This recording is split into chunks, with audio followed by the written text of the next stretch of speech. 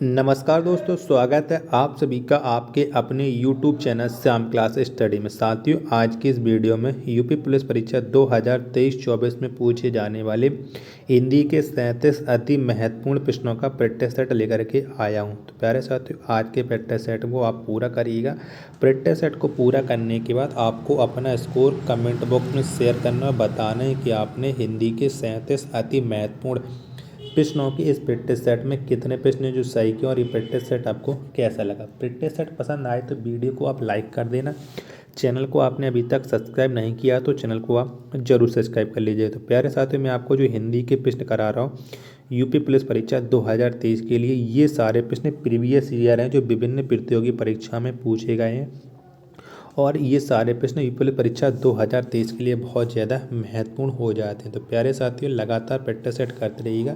Practice set की जरिए आप यूपी पुलिस परीक्षा 2023 में अच्छा स्कोर करके आ पाओगे। अगर आपको ये प्रैक्टिस सेट पसंद आए तो वीडियो को आप लाइक कर देना। चैनल को आपने अभी तक सब्सक्राइब नहीं किया होगा तो चैनल को आप जरूर सब्सक्राइब कर लीजिएगा और इस प्रैक्टिस सेट को पूरा करने के बाद इसे आप अपने सभी दोस्तों के पास जरूर शेयर करना जो भी यूपी पुलिस परीक्षा 2023-24 की तैयारी कर रहा हो।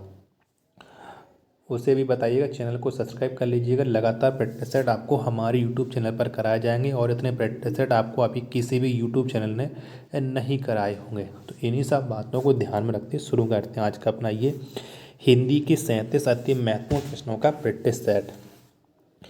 तो प्रश्न आपके सामने 63 की निम्न में से कौन स्त्री का पर्यायवाची शब्द नहीं है। तो इनमें से कौन सा है जो स्त्री का पर्यायवाची शब्द नहीं है। तो बामा, वनिता, तीये ये स्त्री के पर्यायवाची शब्द, जबकि शकुंत ये स्त्री का पर्यायवाची नहीं है। तो 63 का जो राइट आंसर होगा वो हो जाएगा ऑप्शन संख्या डी। प्रश्न संख्या 64 है आपके सामने कि निम्नलिखित में से कौन स्थायी भाव है। तो कौन सा इनमें से स्थायी भाव। तो बात्सल्य, बात्सल्य ये स्थायी भाव है। तो 64 का राइट आंसर हो जाएगा ऑप्शन संख्या डी। प्रश्न संख्या 65 है आपके सामने कि रोला छंद के प्रत्येक चरण में कितनी मात्राएं होती हैं। तो कितनी मात्राएं होती हैं। तो रोला छंद के प्रत्येक चरण में मात्राएं होती हैं 24। तो 65 का राइट आंसर हो जाएगा ऑप्शन संख्या बी। प्रश्न संख्या 66 है आपके सामने कि निम्न में कौन एक छंद का उदाहरण नहीं है। तो इनमें से कौन सा है जो एक छंद का उदाहरण नहीं है। तो आप जानते हैं कि जो रूपक है ये छंद नहीं है, ये अलंकार है। तो 66 का जो राइट आंसर होगा वो हो जाएगा ऑप्शन संख्या सी।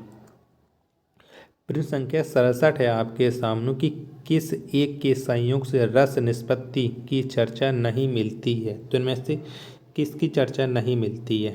तो ये नहीं मिलती है अलंकार की, क्योंकि अलंकार अलग है। विभाव, व्यभिचारी, अनभाव ये रस के भाग हैं। तो 67 का जो राइट आंसर होगा वो हो जाएगा ऑप्शन संख्या डी, इसका राइट आंसर।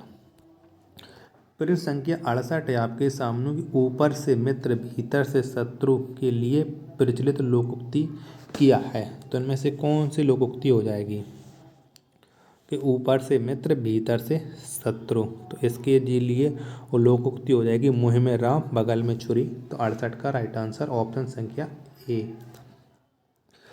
प्रश्न संख्या 69 है आपके सामने कि निम्नलिखित में से कौन शब्द अलंकार है। तो इनमें से कौन सा है जो शब्द अलंकार है। तो वक्रोक्ति, वक्रोक्ति ये शब्द अलंकार है। तो 69 का राइट आंसर हो जाएगा ऑप्शन संख्या डी। प्रश्न संख्या 70 है आपके सामने कि निम्न में कौन अर्थालंकार है।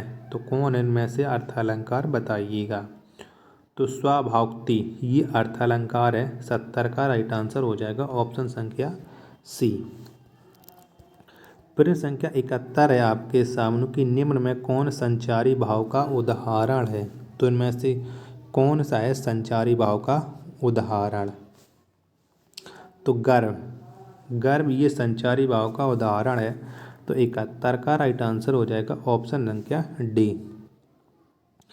प्रश्न संख्या 72 है आपके सामने कि विभक्त रस का स्थायी भाव है। तो कौन सा है विभक्त रस का स्थायी भाव। तो जुगुप्सा, जुगुप्सा ये विभक्त रस का स्थायी भाव है। तो 72 का जो राइट आंसर हो जाएगा वो हो जाएगा ऑप्शन संख्या सी।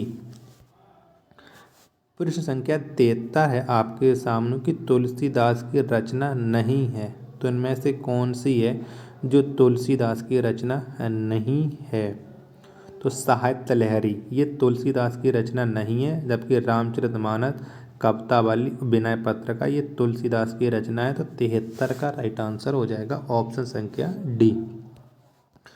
प्रश्न संख्या 74 है आपके सामने कि निम्न में से कौन सा शब्द शुद्ध है। तो इनमें से किसकी वर्तनी शुद्ध है बताइएगा। तो विविष्का ये लिखा है, ऑप्शन संख्या सी में सही लिखा है, बाकी के तीनों में गलत लिखा है। तो 74 का राइट आंसर हो जाएगा ऑप्शन संख्या सी। प्रश्न संख्या 75 है आपके सामने कि यदि वर्षा ना होती तो नदियाँ सूख जाती, किस प्रकार का वाक्य है। तो ये किस प्रकार का वाक्य है। तो ये एक संकेतवाचक वाक्य है। यदि वर्षा ना होती तो नदियाँ सूख जाती। 75 का राइट आंसर हो जाएगा ऑप्शन संख्या बी। प्रश्न संख्या 76 है आपके सामने घनिष्ठ मित्रता किस मुहावरे का सही अर्थ है।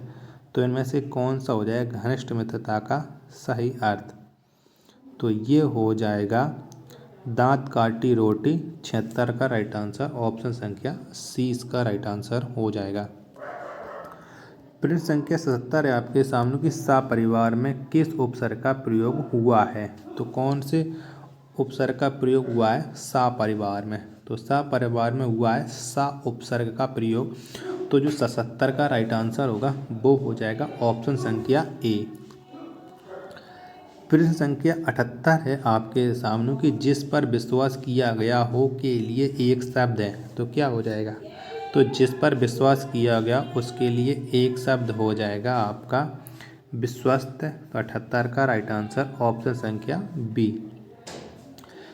प्रश्न संख्या 79 है आपके सामने कि निम्नलिखित में हर्ष का विलोम किया है। तो कौन सा है हर्ष का विलोम। तो आप जानते हैं कि जो हर्ष का विलोम हो जाएगा वो हो जाएगा विषाद। क्या हो जाएगा विषाद हो जाएगा।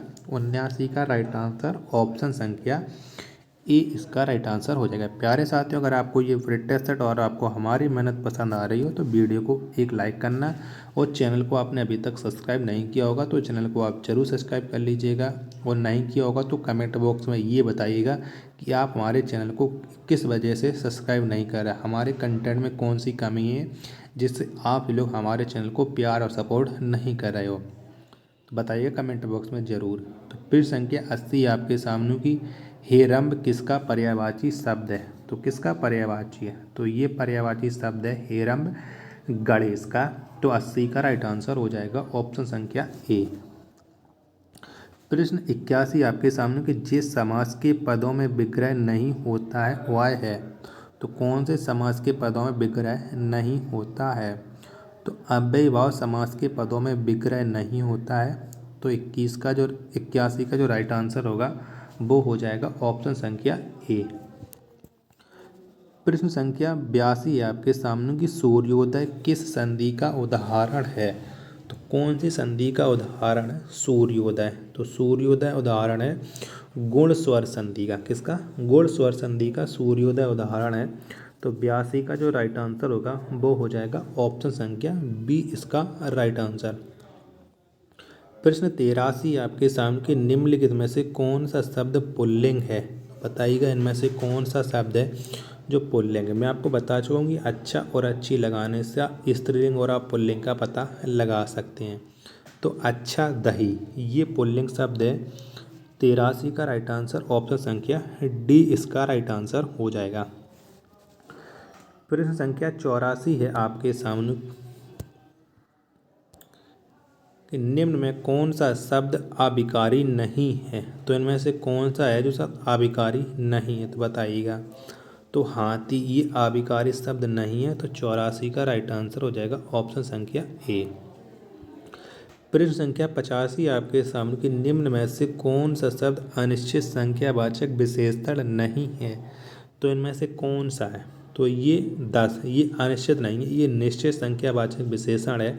तो 85 का राइट आंसर हो जाएगा ऑप्शन संख्या ए। पृष्ठ संख्या 86 आपके सामने की निम्न में से कौन जातिवाचक संज्ञा का उदाहरण नहीं है। तो कौन सा है जो जातिवाचक संज्ञा का उदाहरण नहीं है, बताइएगा।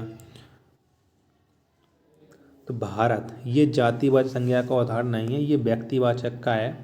तो 86 का राइट आंसर हो जाएगा ऑप्शन संख्या डी इसका राइट आंसर।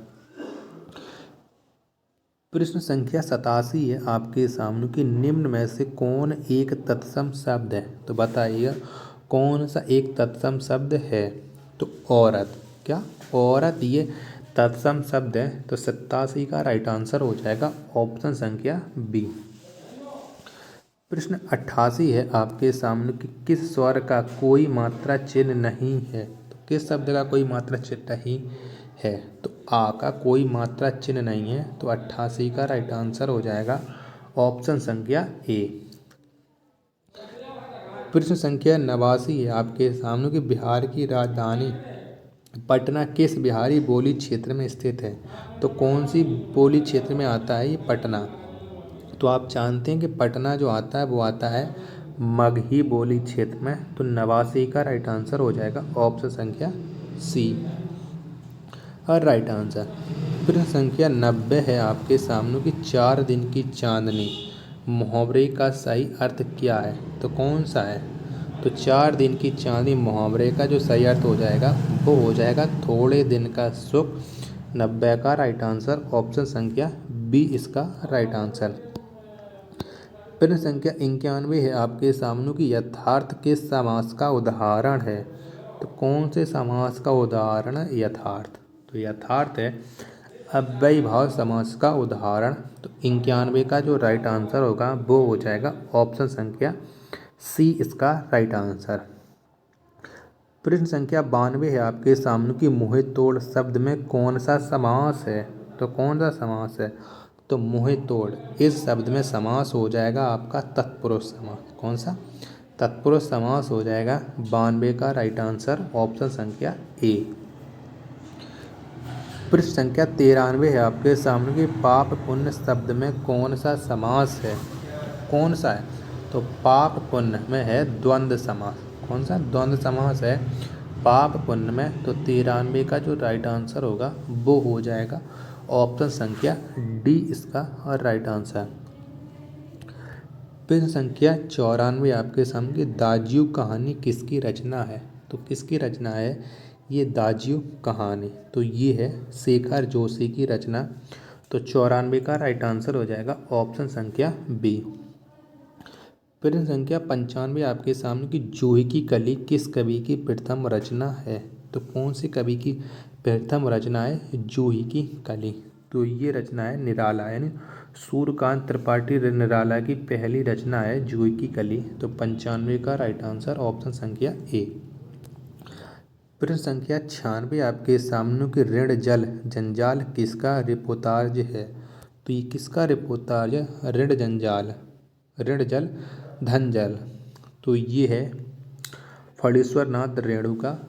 96 का right answer option number A. और इनकी जो तो प्रश्न संख्या 97 आपके सामने की कौन सी रचना रेणु की नहीं है। तो कौन सी रचना रेणु की नहीं है वो बताइएगा आप कमेंट बॉक्स में। अगर आपको पता है तो बताइएगा, नहीं पता होगा तो वीडियो को लाइक कर दीजिएगा। तो 97 का जो राइट आंसर होगा देहाती दुनिया ये फणीश्वर नाथ रेणु की नहीं है। तो 97 का जो राइट आंसर होगा वो हो जाएगा ऑप्शन संख्या डी इसका राइट आंसर। प्रश्न संख्या 98 है आपके सामने केशव दास ने किस तत्व को काव्य की आत्मा कहा है। तो कौन से तत्व को कहा है केशव दास ने तत्व की आत्मा काव्य की आत्मा। तो ये कहा है अलंकार को। तो 98 का राइट आंसर हो जाएगा ऑप्शन संख्या ए। प्रश्न संख्या 99 है आपके सामने कि निम्न में से कौन सा शब्द शुद्ध है। तो इनमें से किसकी वर्तनी है जो शुद्ध लिखी है। तो प्रवज्या ये सही लिखा है ऑप्शन नंबर ए में। तो 99 का राइट आंसर हो जाएगा ऑप्शन संख्या ए। प्रश्न संख्या 100 है आपके सामने कि तुम खाओ किस प्रकार का वाक्य है। तो ये किस प्रकार का है वाक्य तुम खाओ। तो ये है एक आज्ञावाचक। तो 100 का राइट आंसर हो जाएगा ऑप्शन संख्या सी। तो प्यारे साथियों, अगर आपको ये प्रैक्टिस सेट पसंद आए तो वीडियो को आप लाइक करना, चैनल को सब्सक्राइब नहीं किया हो तो चैनल को आप जरूर सब्सक्राइब कर लीजिएगा। और आपने चैनल को अगर सब्सक्राइब नहीं किया होगा तो वो भी आप बताइए कि आप किस वजह से चैनल को सब्सक्राइब नहीं करते हैं। मिलते हैं अपन नेक्स्ट वीडियो में, तब तक के लिए धन्यवाद। जय हिंद।